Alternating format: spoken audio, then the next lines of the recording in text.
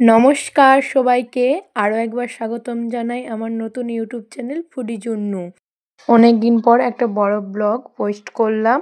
এই বিয়ে বাড়িটা ছিল জানুয়ারি মাসে, আর এখন চলছে নভেম্বর মাস, প্রায় 1 বছর হতে চললো। আর আমি আজকে পোস্ট করছি, অনেকটা লেট হয়ে গেছে বুঝতে পারছি। আমার ভিডিওটা এডিট করা হয়ে গেছিলো, কিন্তু আমার ভয়েসটা দিতেই বাকি ছিল, তাই আমি ভিডিওটা পোস্ট করতে পারিনি। চলো আজকের বিয়ে বাড়িতে কী কী মেনু ছিল দেখানো যাক।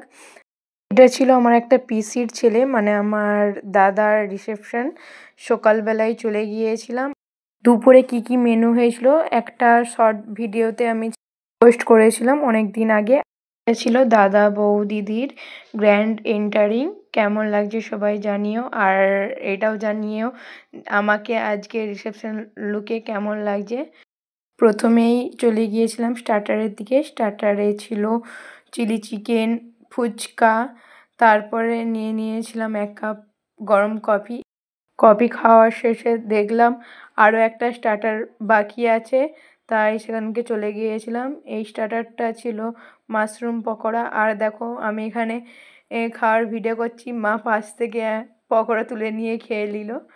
স্টার্টার খেয়ে পুরো পেট ভর্তি হয়ে গিয়েছে, তাই প্রায় 2 ঘন্টা পর খেতে বসে পড়েছিলাম আমরা পুরো ফ্যামিলি মিলে।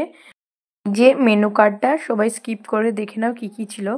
আমিও যদি ভুলে গেছি কী কী মেনু ছিল, আমিও স্কিপ করে দেখেছিলাম যে কী কী ছিল, আরেকবারটি দেখে নিই, দেখে তারপরে বলবো। তো এখানে আমাদের প্লেট দিয়ে দিয়েছে, আর তার সাথে ছোট মিনারেল ওয়াটারের বোতল। তারপরে দিয়ে দিয়েছিল লবণ, লেবু আর স্যালাড।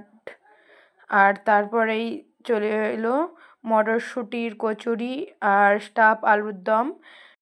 দুটোর কম্বিনেশন আমার দারুণ লেগেছিল, এক কথায় বলতে অসাধারণ পুরো। তারপরেই চলে এসেছিলো ফ্রাইড রাইস আর ভেটকি মাছের পাতুরি। আর এখানে আমি ফ্রাইড রাইসের পরিমাণটা অনেকটা বেশি নিয়েছিলাম, যদিও খেতে পারিনি পুরোটা। আর তারপরেই ভেটকি মাছের পাতুরিটা খাওয়ার পর চলে এলো চিকেন বাগদাদি।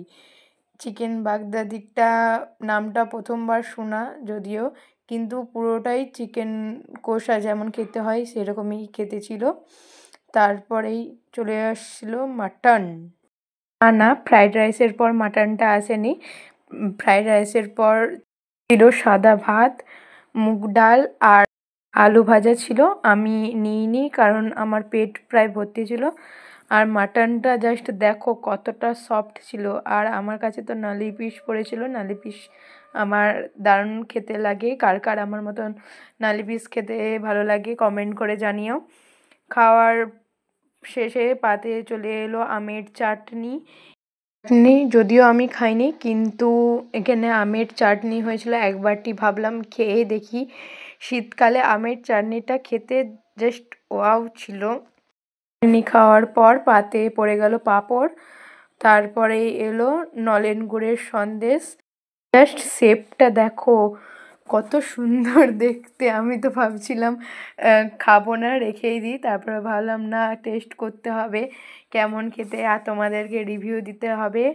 সত্যি কথা বলতে আমার এই নলেন গুড়ের সন্দেশটা দারুণ লেগেছিল। কোথা থেকে আনিয়েছিল আমি জানি না।